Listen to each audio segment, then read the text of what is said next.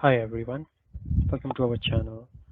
Today we are going to solve the longest valid parenthesis problem and its variation in further videos.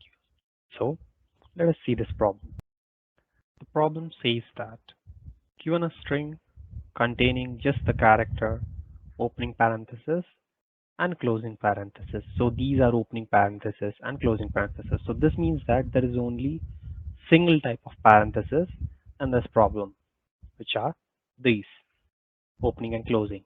Now, find the length of the longest valid well-formed parenthesis substring. So this means that we'll be having various valid formed parentheses substring in this whole string, and we have to find the longest valid out of all of them. So before thinking about this problem, let us see what are valid and invalid parentheses. Here are some of the examples of valid parentheses and invalid parentheses. Now, a valid parenthesis has equal number of opening and closing brackets, but it should be in valid order. Why it's in valid order? Because if we see in the invalid parenthesis example, although we have equal number of opening and closing brackets, but still they are not valid. So that's why it should be in a valid order, then only it can be called as valid parenthesis. Now, let us go back to our longest valid parenthesis problem. Let us see some of the examples of longest valid parenthesis. So, in the first example, we can see the longest valid parenthesis is of length 4. In the second example, we can see there are two valid parentheses substring, which are of length 6 and 2. Now, which one should we pick? If we see the question, it says longest. So, the answer is 6. Now, in the third example, we see that the answer is 2. Why? Because that is the longest valid parenthesis. Now, seeing these three examples, can we get any inference from this to design our algorithm? Let us see that in next step. So, first, there should be same number of opening and closing brackets. Here the opening B and closing B refers to opening and closing parenthesis. Now, what is the valid condition? So it says that if the opening, if we go from left to right, definitely opening will be more than closing. But if closing is more than opening, then that can be one condition for invalid. Now, let's say I go from right to left. Now, from right to left, closing can be more, but opening should be less. So if from right to left opening brackets are more, then definitely it's an invalid case. So let's keep that inference for deciding even if equal number of opening and closing, but still it is invalid. Third, we should have maximum of all the valid parentheses. Now, what is the fourth condition? The fourth condition says that we should have continuous brackets because we are talking about substring. So that's why all the brackets should be continuous. So these, let us keep this four inference in mind and think about what can be a brute force solution for this longest valid parenthesis problem.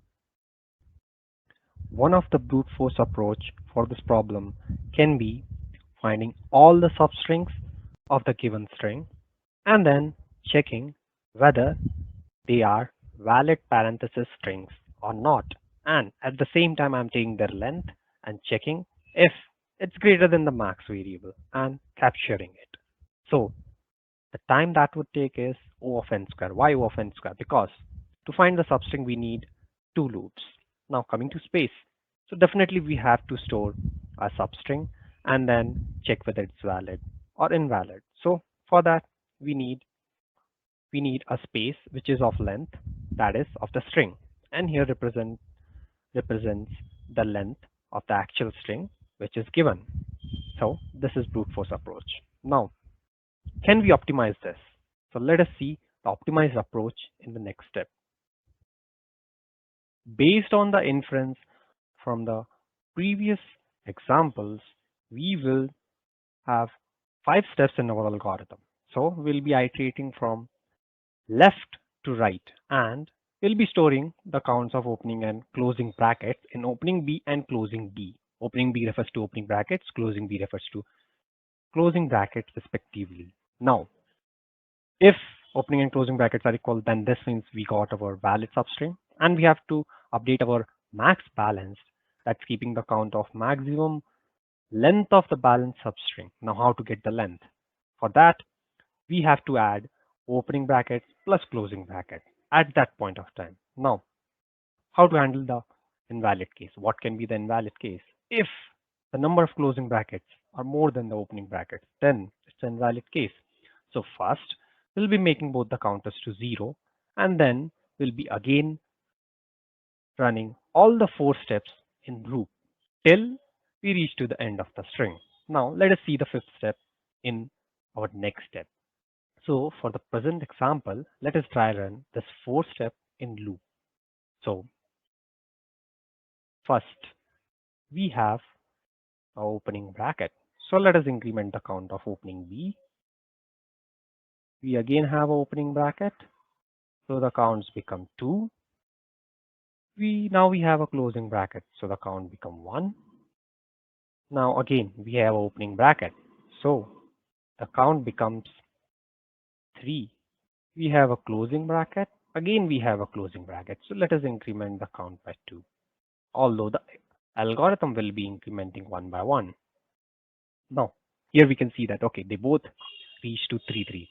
So this means this condition is true. So this means we'll update our maximum balanced. So if we add both opening balance and opening brackets and closing brackets, then we get 6. Now let us proceed. Closing brackets are more.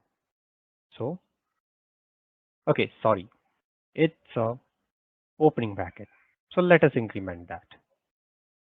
4. Now it's again an opening bracket. We will increment it. 5. It's a closing bracket. So we'll increment closing brackets. Now nowhere it's equal to opening bracket is equal to closing bracket. So that's why we are not updating our maximum balanced. And let us see our answer. So our answer will be this. So we can see here, yes, we are correct because the maximum length of the valid string we have found here is 6 and that we have also captured. So now that will be our answer. But what is the use of 5th step then? So let us see that in the next step. Suppose the given string as input is this. Let us try run the steps from 1 to 4 on this example and let us start. So first we have an open bracket. So let us increment that count. Now again we have open bracket. So we will increment that count. Now we can see here that we have a closing bracket. So we have to increment this. Now here nowhere opening bracket is equal to closing, and we are also not updating this max balance because to update this max balance we need to satisfy this condition. So it's giving us wrong answer. So let us apply the 5th step logic in this. So let me erase the ink. So yes, let us apply the 5th step and the change will be only this. Instead of this, we will be applying this. So, and also we will be going from right to left. So if we are going from right to left, that's why we are taking this condition, because when we are going from right to left, number of closing bracket will be more and opening will be less. So if opening is more than closing, then definitely it's invalid. We have to make the counter set 0 in that case. So let us try run with the step 5. So it's a closing bracket. Let us increment that count. It's an opening bracket. So yes, opening and closing is equal and we have met this condition. So definitely the balance should be increased as 2. Why? Because opening plus closing is equal to 2. Now, we again have an opening bracket. So this means we will make it opening as 2, but the opening is more. So definitely the max balance won't be executed. Why? Because this condition is not true. Opening is equal to closing. Definitely this will be executed, that is closing bracket is less than opening brackets. So we can see here, yes, the number of opening brackets are more, so they both will be initialized to 0. This also will be initialized to 0.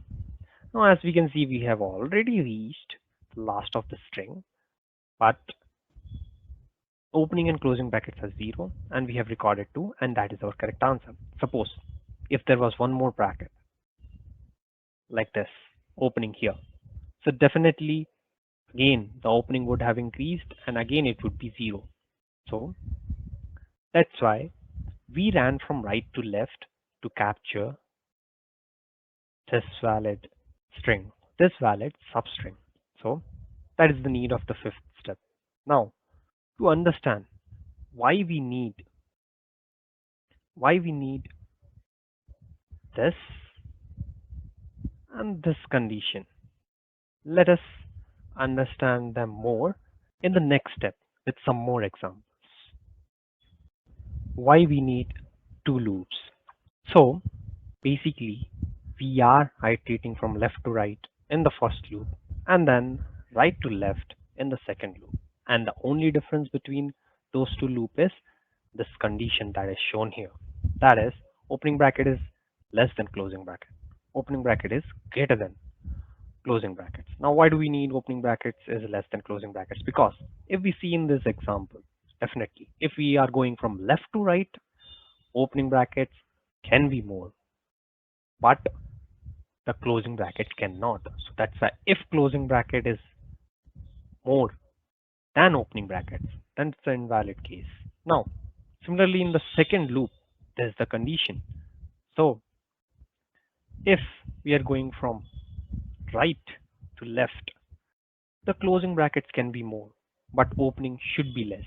So if opening is more than closing, then we are making both the counters as 0 and again checking for the next valid parenthesis substring and then capturing that. So that's why we have initialized both of them inside this condition as 0. In the next step, let us see the Java code for this. Following is the Java code for longest valid parenthesis problem. Now, here we are declaring three variables and initializing them with 0. Now, we have a opening brackets counter which will be counting opening brackets, and there will be closing brackets variable which will be counting closing brackets, and maximum balanced at that point of time. What is the maximum balanced that we have got? Now let us see the first loop. It will be iterating from left to right. So we are updating opening and closing brackets as per the brackets, and then we update our maximum balance, because if opening and closing is equal, then this means we got our valid parenthesis. So we'll be updating by this, and we can see that we are adding both of them to get at that point of time what is the length of valid parenthesis, the sum of opening and closing brackets. Now the invalid case for this is closing bracket is more than opening, because we are iterating from left to right. Opening can be more, so that's why we make them 0. Again we'll search for new invalid. Again we'll search for new invalid or valid brackets in the next iteration. So if we go to the second loop, in this again we count opening and closing brackets and we update maximum balanced, but here the invalid case condition is opening greater than closing, because we are iterating from right to left, and that's why we make them 0 so that we can check the next invalid or valid cases and update the maximum balanced in the valid cases, and then we return maximum balanced. Now let us see some two small variations of this. So let us say if the question is check if the full string is valid, then return true. and if it's not, then return false. So the only change we have to do is in the return statement, that is maximum balance equal to s dot length. What if the question says find the count of packets other than longest valid parenthesis? So if there is only single type of bracket, then definitely the only change we have to make is s dot length minus maximum balanced. So in both of these questions, the type of brackets is only single type, that is this parenthesis. So in our next step, let us see the complexity analysis of this problem. So the time complexity for our algorithm is O of n. Why O of n? Because we have two loops and they iterate for n times on a string. So that's why here the n represents as the length of the string. So that's why we have big O of n as the time complexity, because we have two loops. So coming to the space complexity, it's big O of 1. Why? Because we are only taking 3 extra variables. So that's why the space complexity is big O of 1. If you liked our explanation, do hit like and press the subscribe button.